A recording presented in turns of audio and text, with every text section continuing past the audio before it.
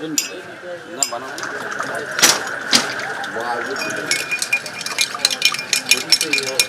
আসন্ন ত্রয়োদশ জাতীয় সংসদ নির্বাচনকে ঘিরে ভোটারদের মাঝে চলছে নানা ধরনের আলোচনা। কি ভাবছেন সাধারণ ভোটাররা তা জানাতেই আপনাদের স্বাগত জানাচ্ছি যমুনা টেলিভিশনের বিশেষ আয়োজন ভোটের আড্ডায়। এই মুহূর্তে আমি রয়েছি কুষ্টিয়া গড়াই নদীর পাড়ে।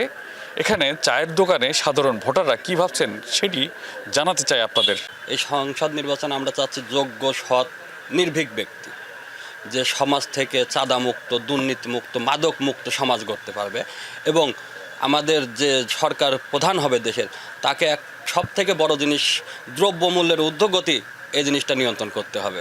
যেই ক্ষমতায় আসুক সাধারণ মানুষের নিরাপত্তা দিতে হবে, আইন শৃঙ্খলা উন্নতি করতে হবে যাতে সাধারণ মানুষ নির্বিঘ্নে পথ চলাচল করতে পারে। এবং আমরা সব থেকে বড় ধোঁকা খাই হচ্ছে ডাক্তারের কাছে। এই ডাক্তারগুলো থেকে দালাল মুক্ত ডাক্তার চাই। এলাকার কেমন উন্নয়ন চান? এলাকায় রোডঘাট, জনগণ, দোকানদার, ব্যবসায়িকরা যাতে ভালোভাবে চলতে পারে, রাত বিরাত যারা ক্ষমতায় যাবে তারাও আমাদের একটু সহযোগিতা করবে। সমাজের মাদক নিয়ন্ত্রণ করবে, সমাজের যতগুলো খারাপ সাইডগুলো আছে সেগুলো দেখাশোনা করবে।